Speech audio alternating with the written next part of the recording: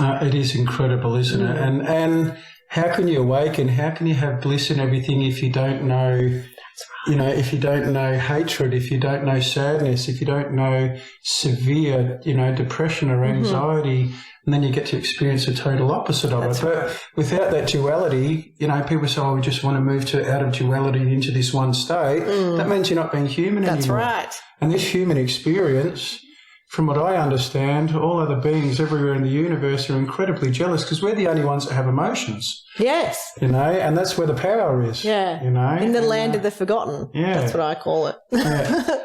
So to be able to, the idea of being able to have all these emotions and have this experience, but be aware of consciousness and have that through consciousness and have all this bliss and all this incredible stuff that happens is just...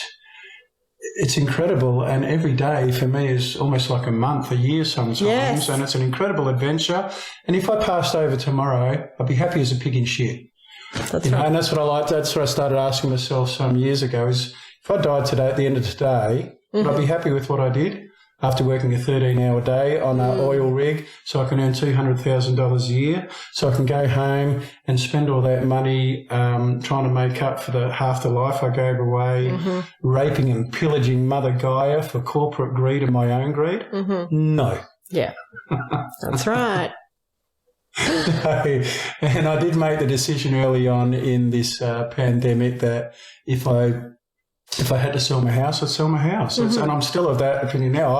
I live week to week. But I know that I'll be provided for because I'm following my path and things turn up when they need to turn up and I've got enough money and it's, it's amazing when you move from, I like to call it, when you move from hope to trust to faith. Yeah.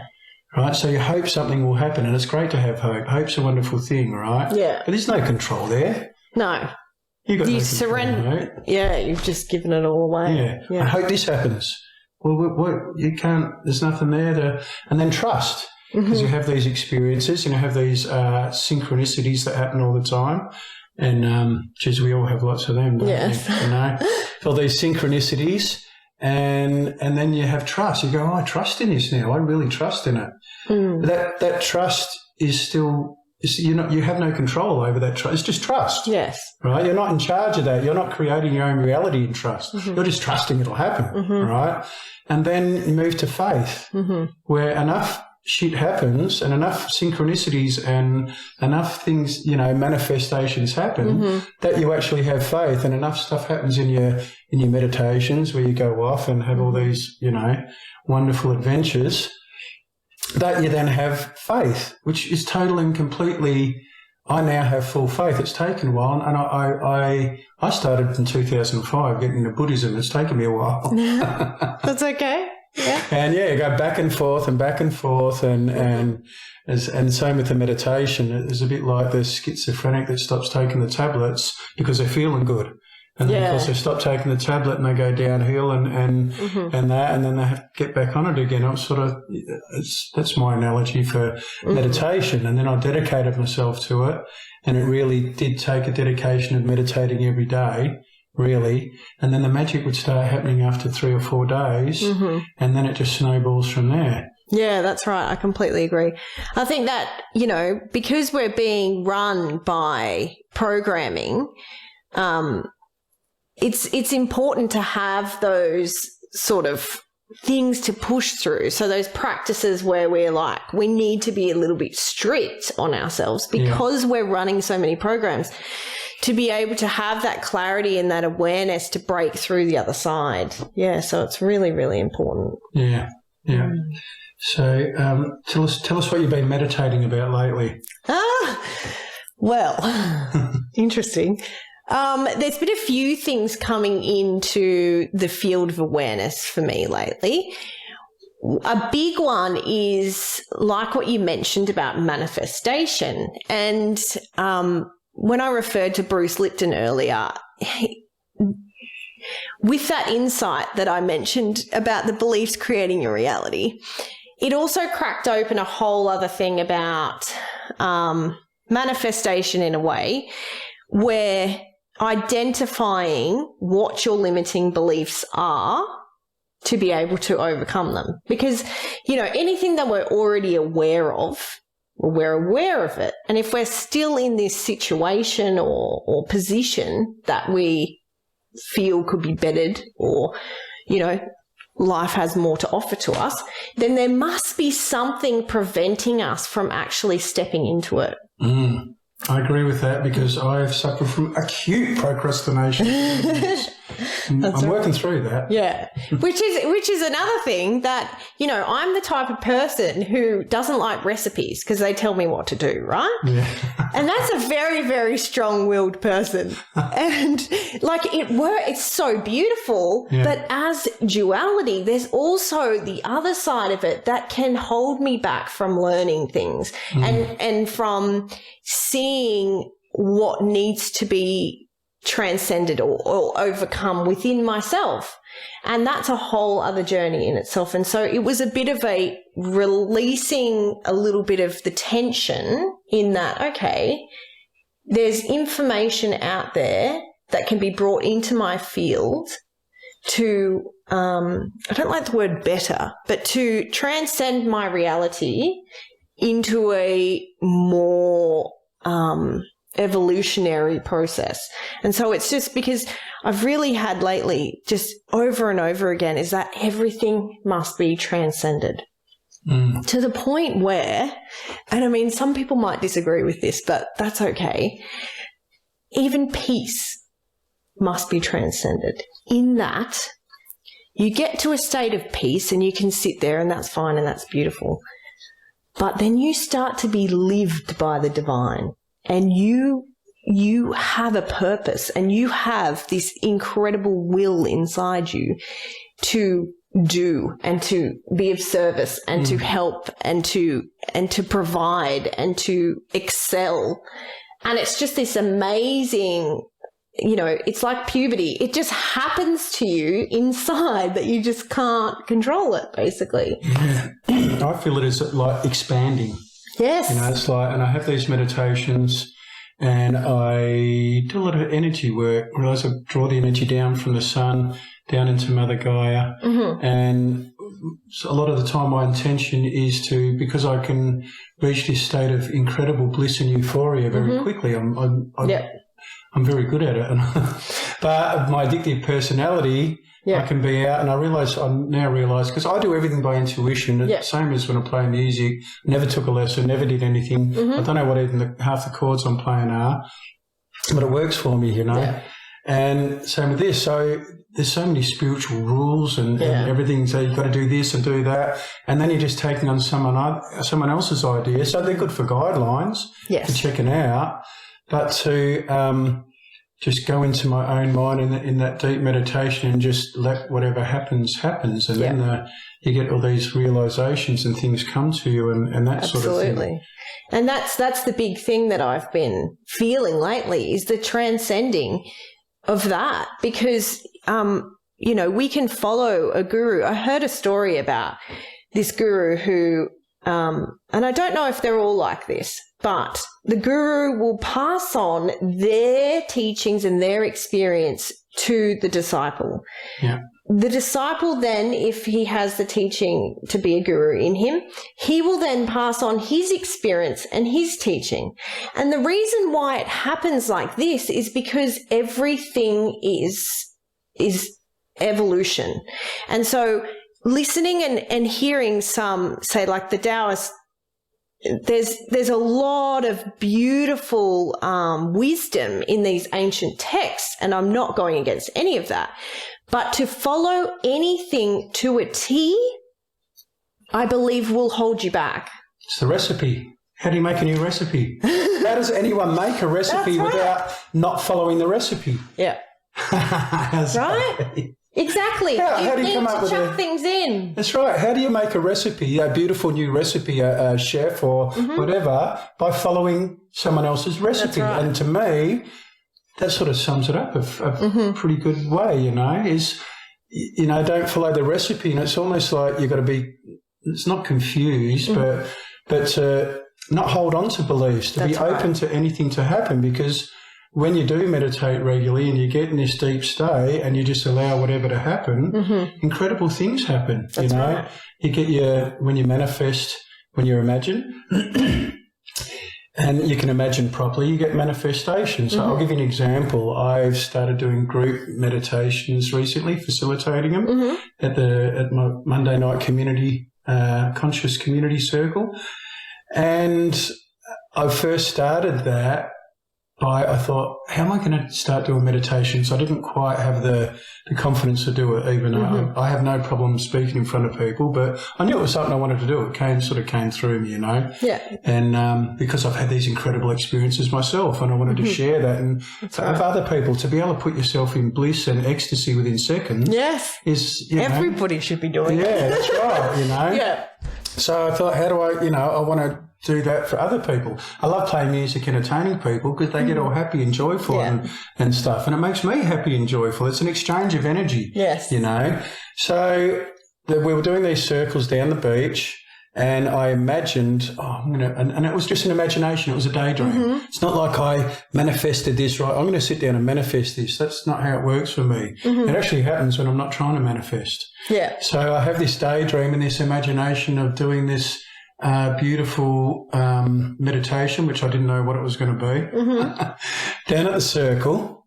And I imagine myself being there, and imagine the feeling coming out of me into everyone else and sharing the energy and all this sort of thing. And then the very next day, Dee, who runs a circle, has messaged me and asked me to be more of a part of the circle and do a meditation. Yeah. Because I imagined it, and it was real, and it was what I wanted.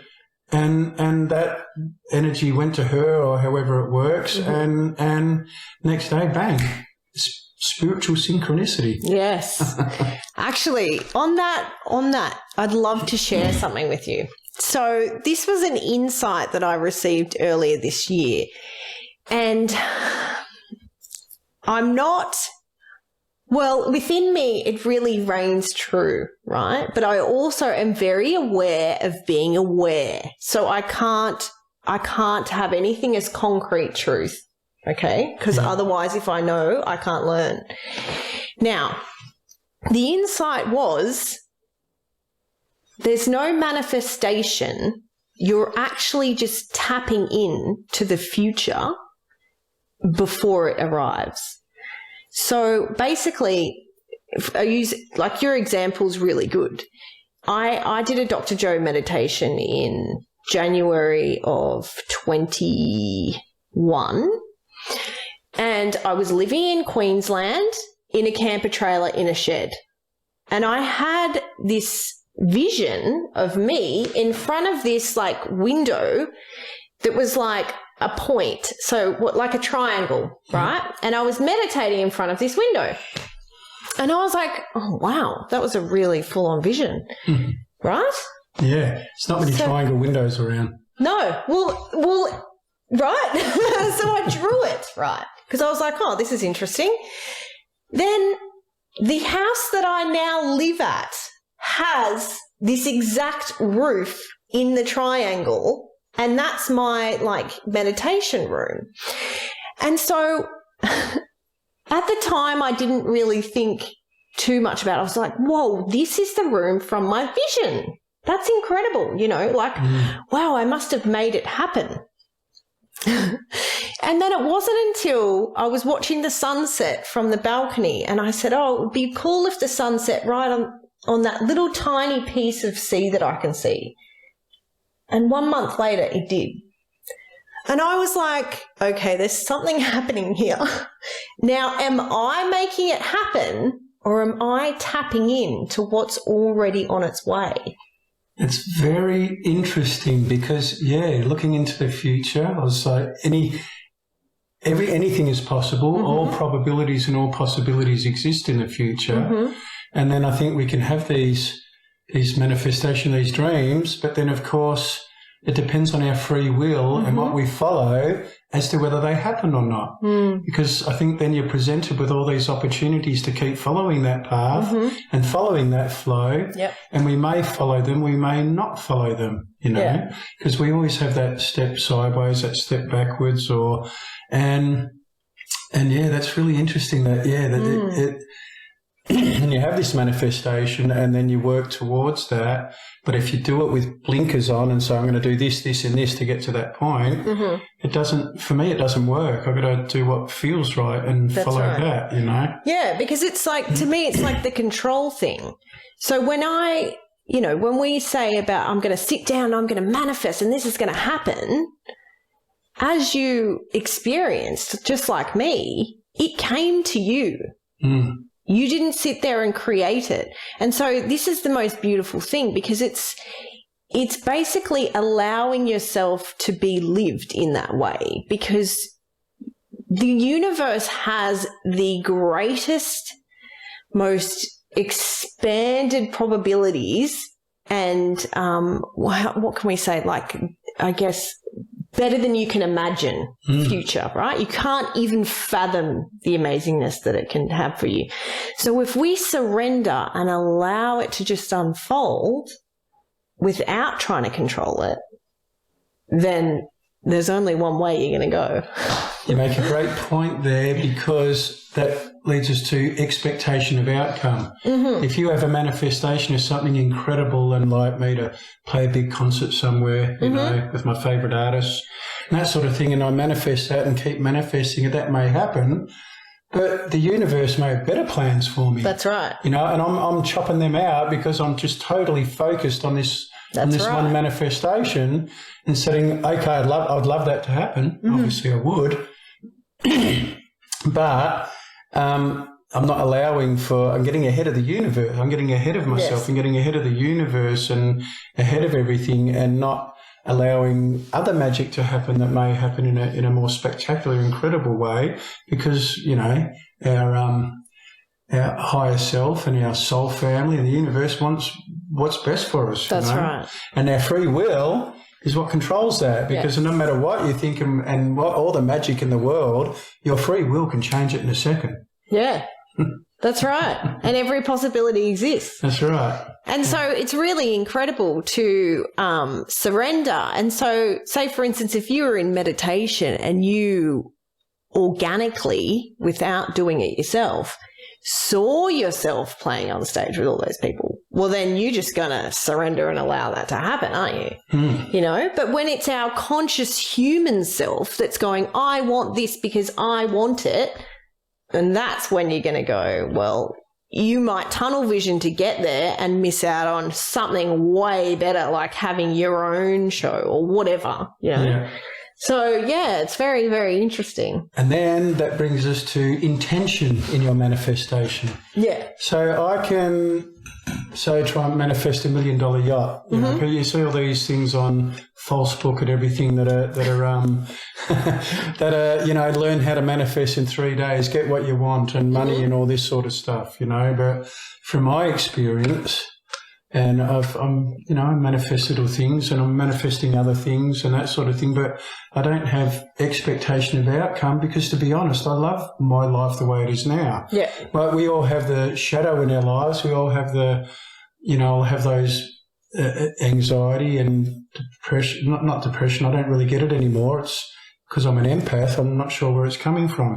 That's another whole subject in itself. But, you know, but we, so what I learned from Matt Kahn, who's become a favourite of mine in the last couple of years, is that your intention behind something, right? So, for an example, I'd like to play a big concert, you know, and have thousands of people there. And I've imagined it, truly imagined I've been there playing, and the emotions come up and everything, and I'm manifesting pretty well. So I'm hopeful that will happen. But if it's not meant to happen, it's not going to happen. That's right. But then what I came into was the reason what's your intention? Why do you want to do that? Is it just because I want to be rich and famous and a musician? Well, it's not. Yeah. It's because my imagination and my intention was for everyone to feel the energy and everyone to join in together and everyone to help awaken people and activate their pineal gland and awaken and have the beautiful experiences that I've been lucky enough to have. And that's my intention for these big concerts. All right. So I know that the intention is important, because if it's not the right intention, it may happen, but something's going to happen to the feather, brick and bust to knock you out of that because it's not your true path. Yeah, I agree completely.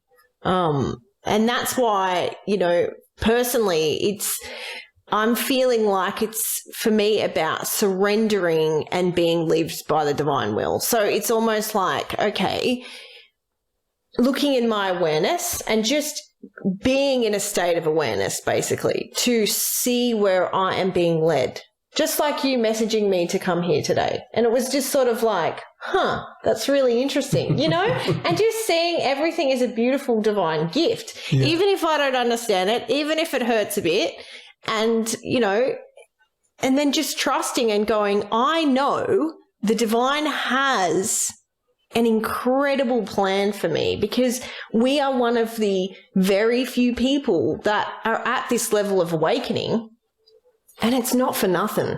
No. It's not for nothing. No. And it happened to us. We didn't choose it. We didn't make it happen. And so it's funny when we get to this sort of point where you think, oh, well, now I can start making things happen. Yeah, when's the last time you actually made something happen? You know what I mean? Like, you might think that you're picking what colour socks to wear, but when it comes to life-changing events, like, do we have control over any of it? Yeah. Yeah, it's really interesting. I don't think we do. No, maybe you do. Some people do maybe, and they have control over, they think they have control over their life, but it's so limiting because they're just, Right. And people are so scared of change. I mean, what I love about the Great Awakening is that so many people are awakening, and mine's been an incredible journey that I'll talk about another time, where amongst other things I turned into a beam of light. And for you to do this, it came to me. I thought, who am I going to have on my first show? But I've got to get up at all these beautiful spiritual friends and everything. We only met over a weekend, and we talked a bit over an hour or two through a mutual friend at a conscious festival that I played at. And then it just kept coming to me, and I'd read a couple of things that you put on Facebook, and it was very similar to my journey because we were talking earlier how we're lucky because I'm in a situation where I've got plenty of free hours during the week. I live by myself. I play music, so I earn all my money in a short amount of time. And I'm able to dedicate myself to this for hours and hours a day, and I do. Yeah. Because I love it. And the more I do, the more I discover, and the more excited I get, and the more I have, and the better meditations I do, and the better music. When I play music now, I've always done it, but I consciously now put my beautiful energy out into the crowd. And it's taken me a long time to get over my lack of unworthiness and that to say that. Because I know I do it, and I've been doing it for years. I just didn't realise. And now I stand in my power, I stand in my truth, and I do that. So even if I never play a big concert, just on the weekend I did a couple of gigs, and everyone at the end of that night was happy and laughing and cheerful, and I go, oh my God, I helped do that for them. It's always within them. I mean, a lot of them were pretty drunk. It's a channel. So, that's right. Alcohol helps now. But you're a channel. And that's, a conduit for the divine energy of just pure love. And that comes through in so many ways within you, like through all of these amazing things that you take a chance on doing, and your music and your meditations, and it's so beautiful. And it is, and you really do have to get outside of your comfort zone. It's like the mother bird pushing the baby bird out of the nest, all right? We will not get out of our nest. That's right. And when you do and you fly, then incredible things happen, and it's free. It's very free. It is. It's the die before you die, and see that you just might not die. Yeah, that's right. That's what I did with medication. I was just like, well, if I die, then that's what's meant to happen, but I haven't yet. Funny, I had an experience not long ago with that. Before I had this huge I've had a few awakenings, right? And one of Dr. Joe was involved. The first one was Eckhart Tolle, and then Dr. Joe through the blessing of the energy centers, where I had all my going up my chakras, and then it felt like I used to take drugs, Not anymore, but it was like MDMA, ecstasy times 100. As I'm coming further up each chakra, by the time I went from the root chakra, not much.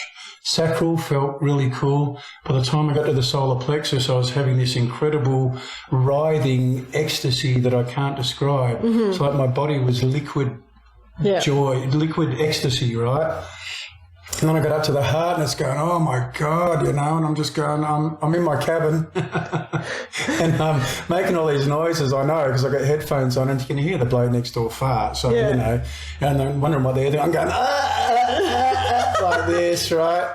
And then I got past the throat chakra and then up into the third eye. And when I got to the third eye, it was like my head was a water balloon of pure ecstasy times 100, but with clarity. And then all of a sudden I got this freeing feeling of, oh my God, I can feel like this. There was no anxiety, no negativity, no nothing. And I don't think I'd ever felt that before. There's always just this little niggle that keeps you in sympathetic nervous system, or fear of, fight or flight mode. And I'm just sitting there and what I now know, it was incredible gratitude for feeling like that. And because I had the gratitude and thank you and everything, it got stronger and stronger. Right? I now know to do that consciously. Right? So I got stronger and stronger and then the meditation finished. I thought, oh, that was incredible. So I then couldn't wait to work 13 hours the next day so I could meditate again. Right? So I did it again and what happened was my body was shaking around and I was sort of controlling it. And the next day I thought, I wonder if it's going to happen again. So I did, and it got stronger, even stronger again. I didn't think it could get stronger. Yeah. So this time I've let my body go, and this time I'm really going, headphones on in my cabin, drilling holes in the ground to get oil out of the ground, and out of the ocean. And when I got to again to the third eye and the crown chakra, just it was just a balloon of this incredible ecstasy. But I also started feeling really light, like I was transparent, that sort of thing. And then I finished the meditation, which goes for 45 minutes. Yeah. And I only used to meditate for 15, 20 minutes before that and do it myself because I know how to do it and I don't need anyone else to show me how to meditate. I'll bloody do it myself, all right? So I know my mum gave me the book and it was the best thing ever. So anyway, I've got up, I sat there for 15 minutes just going, just slowly sort of out, and then I thought, I've got to go get something out of my locker. So I've got up and I've opened the door and the loudspeaker was on and it was like 10 times louder than it normally was. I was so sensitive to it and it felt like it was going straight through me. So I now realise that somehow I'd, lightened up my body and these vibrations were just going through me everywhere. And I'm walking down the hallway and I'm giggling and laughing and people are walking past me looking at me strange. How you going? Yeah. What's he on, man? Yeah. So I got in my cabin and got back, and strangely enough, after all that, I would still stop meditating and not moving towards that journey because I felt so good. So I'd stop meditating. And this only took 4 or 5 days when I first did it for this to happen. So I was ready for it to happen. Yeah.